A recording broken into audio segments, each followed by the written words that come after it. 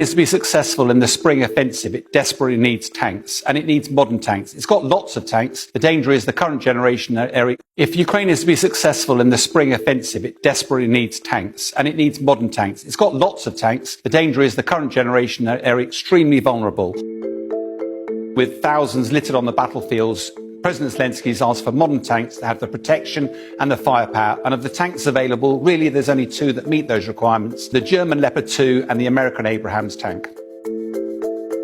So far, the UK has committed 14 Challenger 2 tanks. This recent announcement by Germany is 14 Leopard 2s. The United States will be sending 31 Abrams tanks. We expect Poland to put another 14 in, still well short of the numbers that Zelensky's asked for, but time almost certainly will generate more.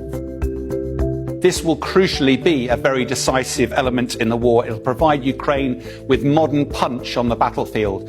And you don't have to take my word for it. The Russian rhetoric has been enhanced over the last few days with threatening narrative, and the Russians are trying to deploy their T-14 Armata tank. The Russians realise just how important this military capability will be.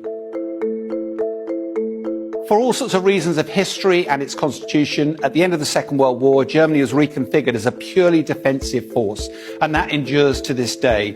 Likewise, the population in a recent poll said they very much supported Germany helping Ukraine with defensive weapons, but it was another matter to spring onto the offensive, and it's taken quite a lot of political and diplomatic effort to make sure that Germany isn't at the forefront of this decision, but now it has been unlocked.